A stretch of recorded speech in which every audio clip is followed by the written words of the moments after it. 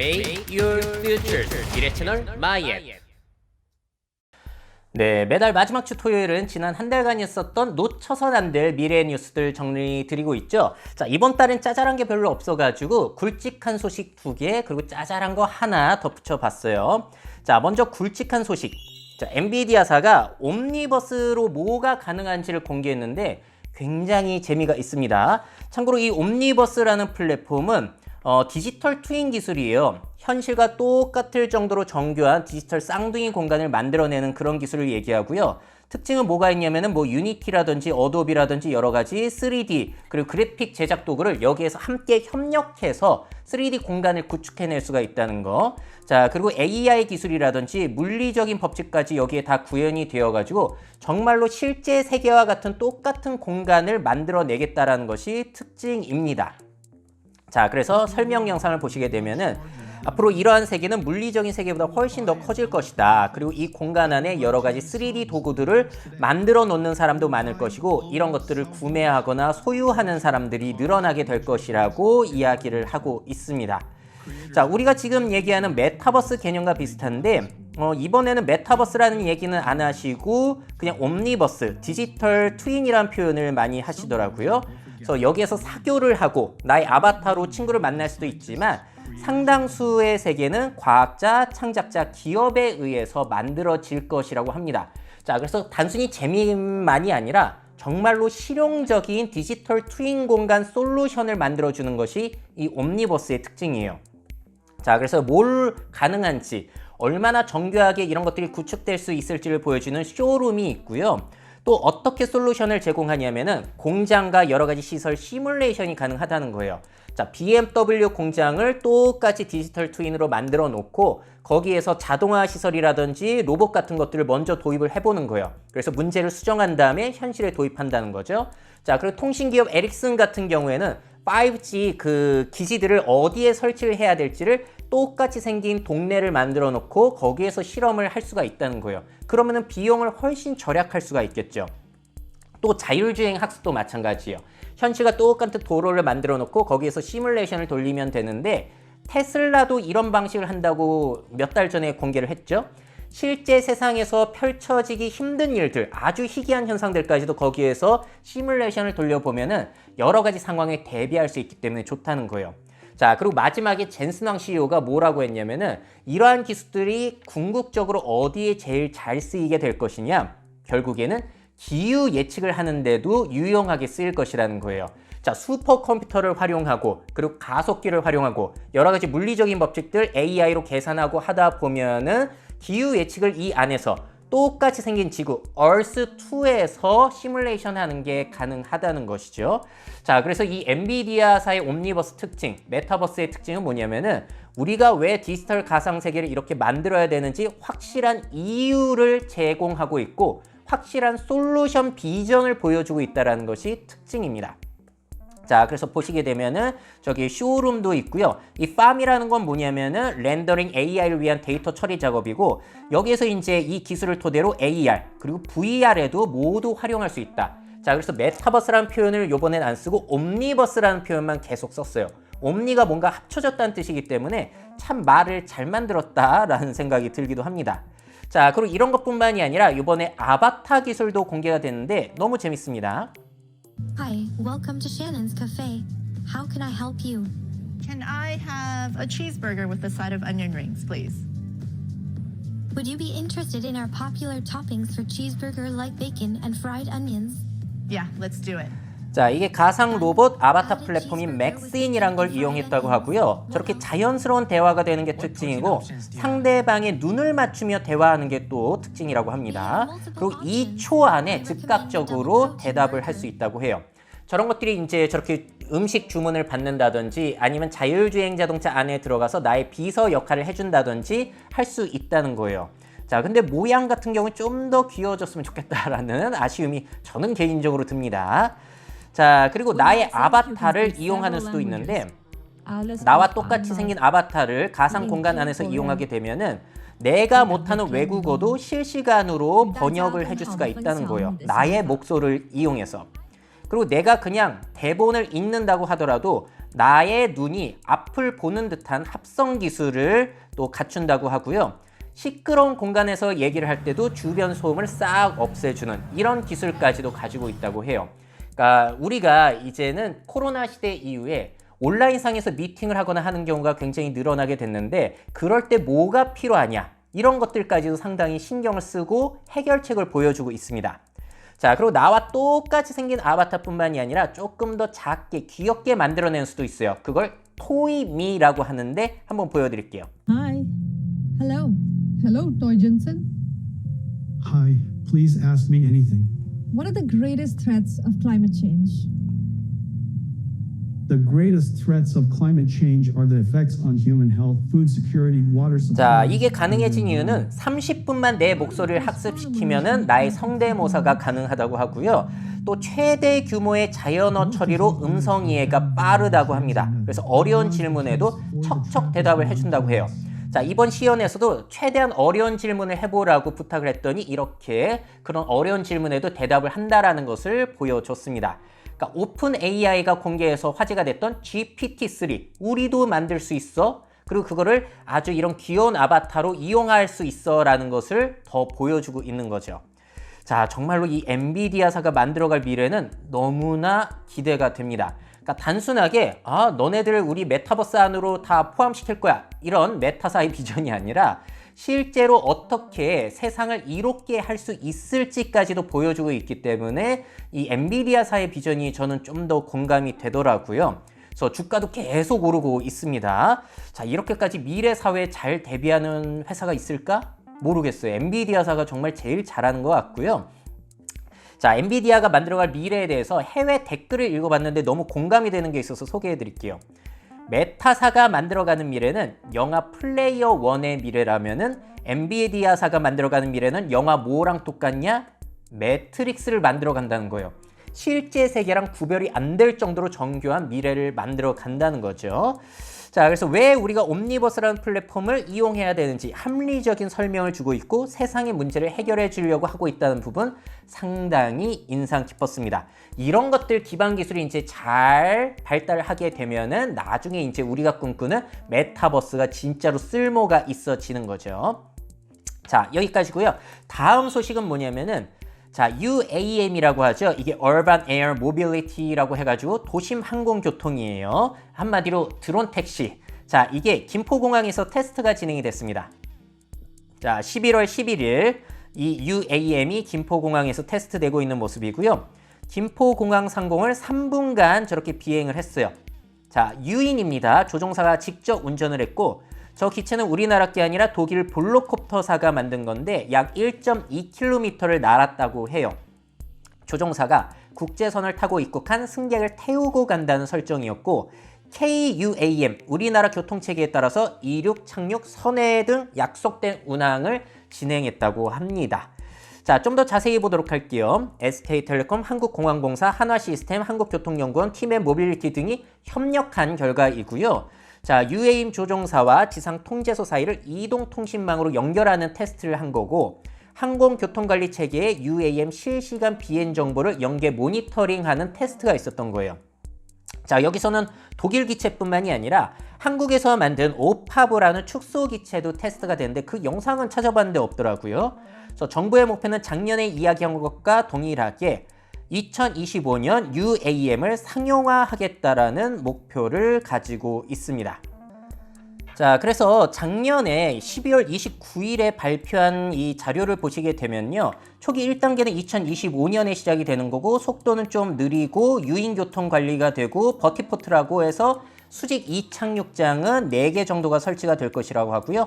성장기는 2030년부터 속도 좀 빨라지고 자동화 유인교통관리가 이루어지고 버티포트는 24개.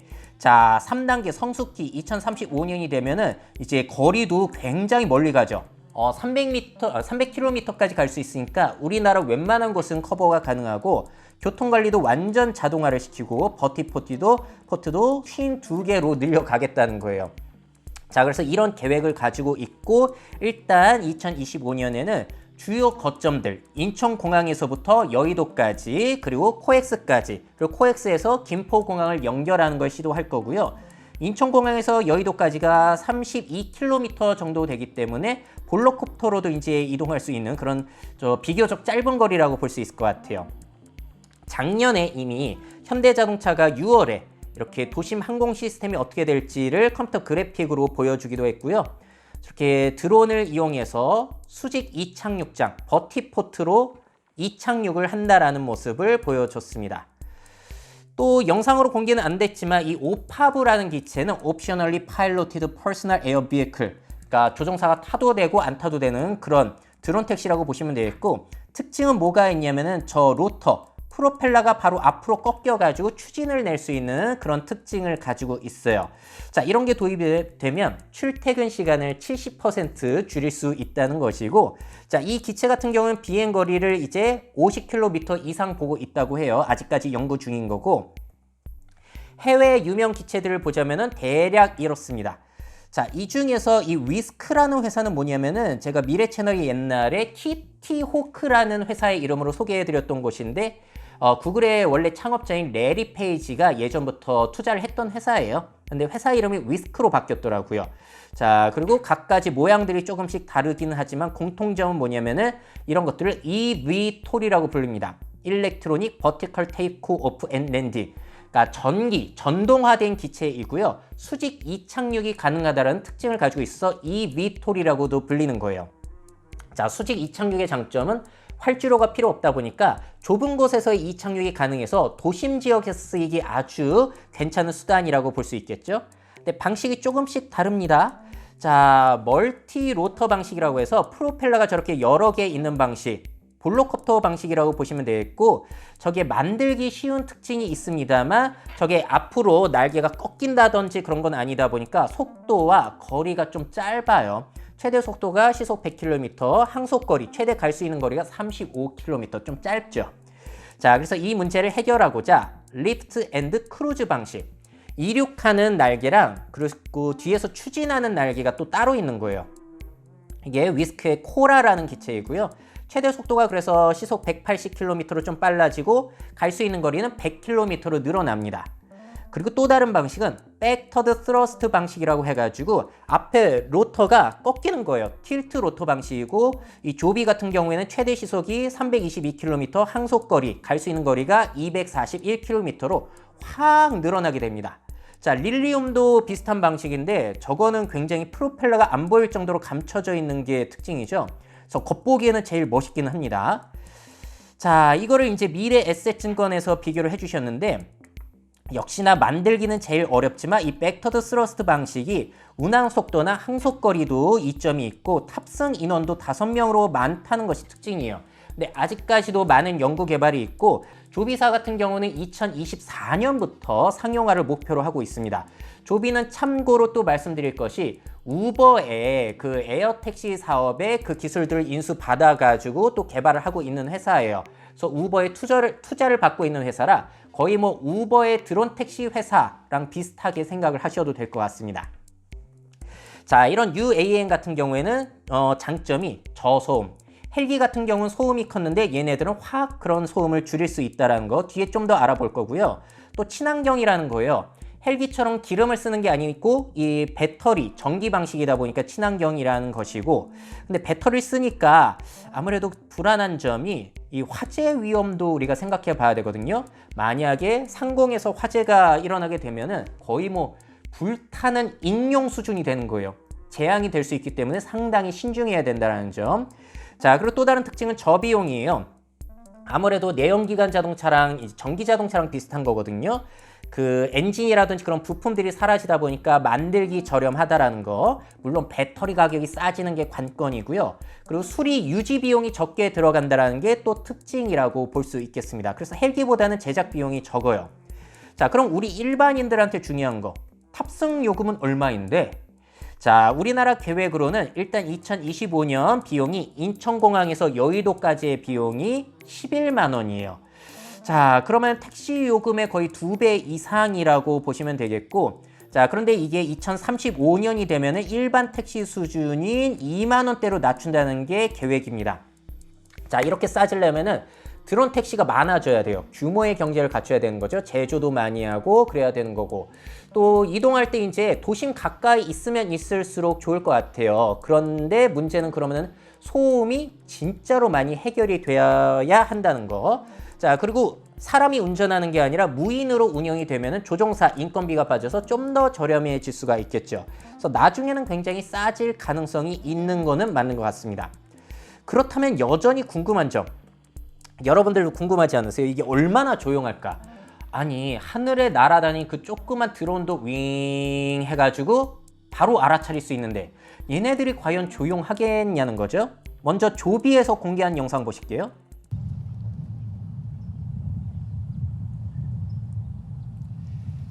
At 55 decibels. 자, 저렇게 이륙하기 전에 돌아가고 있는 모습이에요. 아니, 이륙을 이렇게 하고 있을 때 찍은 게 아니라 얼마나 조용한지를 보여준다면서 멈춰있는 장면을 찍었는데 55dB이라고 하고요. 그래서 또 다른 영상을 찾아봤어요. 이거는 이 볼로콥터에서 제공한 영상이 아니라 그냥 언론 매체에서 찍은 거예요. 2019년 싱가포르 마리나베이 테스트인데 보시면 소음이 들리죠? 저런 소음이 들립니다. 물론 굉장히 낮게 날고 있는데 저거보다 높이 날 거예요. 소음이 저 정도. 이착륙할 때 저 정도가 난다는 거. 자, 그래서 원래 헬리콥터의 소음이 150m 거리에서 평균 85dB 수준이라고 하는데 볼로콥터 소음 이륙 시에는 75m까지 65dB이라고 주장을 하거든요. 자, 근데 저 정도 소음은 난다는 거. 저걸 실제로 들어보지 않으면은 얼마나 시끄러운지 모르겠습니다. 확실한 건 헬리콥터보다 조용한 건 맞는데 그래도 시끄럽다.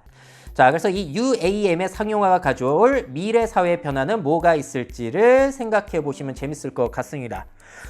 위에서 뭐가 많이 날아다니면 이게 뭐 불안할 것 같기도 하고요. 그리고 파란 하늘에 방해꾼들이 생겨가지고 좀 아쉬운 기분도 들고, 하지만 너무 편할 것 같기도 하고, 근데 이 흐름을 거스를 수는 없을 것 같기는 해요. 이런 드론 택시들이 앞으로는 많이 생겨날 것 같습니다. 우리 죽기 전에는 반드시 타볼 수 있을 것 같기는 해요. 자, 마지막 짧은 소식 전달드릴게요. 자, 제가 많이 소개해드렸던 게이트박스, 그리고 그 큰 버전 그랑데 사이즈의 패션 활용 영상이 나왔거든요. 자, 홀로그램 동거 서비스 게이트박스가 굉장히 실물 크기로 커진 거예요. 실제 사람 크기로. 자, 그래서 스타일엠 전시회에서 일본에서 활용이 된 건데, 아, 저런 식으로 모델의 모습을 보여줄 수도 있겠구나. 자, 그럼 이게 또 실감 나다 보니까 상당히 괜찮을 것 같기도 하더라고요. 자, 느낌 어떠세요? 그냥 디스플레이로 보는 것과 또 다르죠. 요거 느낌 신선한데? 라는 생각이 들었어요. 이런 게 매장에 생기거나 하면 어떨까? 자, 이 그랑데 사이즈는 일단 완전 원통형은 아니고요. 반구형이에요. 4K 고화질 65인치 OLED 디스플레이가 되어 있다는 특징을 가지고 있고요. 전체 높이가 2m라서 사람들 시선 집중하는 데는 좋다고 합니다. 그리고 가까이 가면은 센서가 반응해서 인사를 해준다든지 그런 게 또 가능하다고 해요. 자, 이런데 요즘 유행하는 인공인간들, 디지털 휴먼, 뭐 로지나 루시, 김레아 이런 인간들이 들어가게 됐을 때 또 어떻게 활용이 될지도 기대가 되죠. 그래서 디지털 휴먼과 이런 차세대 장치들, 디스플레이 장치들이 협력을 하는 모습도 상당히 재미날 것 같습니다. 자, 여러분들은 이런 실물 크기의 홀로그램 영상을 또 어디에 활용할 수 있을 것이라고 보시나요? 자, 이렇게 해서 이번 달에는 딱 3개의 소식을 전달드렸습니다. 저는 또 다음 달 마지막 토요일에 이런 식으로 뵙도록 할게요. 미래사회 변화를 업데이트하고 싶으신 기업 및 기관, 그 밖에 미래 트렌드 교육이 필요하신 분들은 myf21naver.com 이메일로 연락주세요.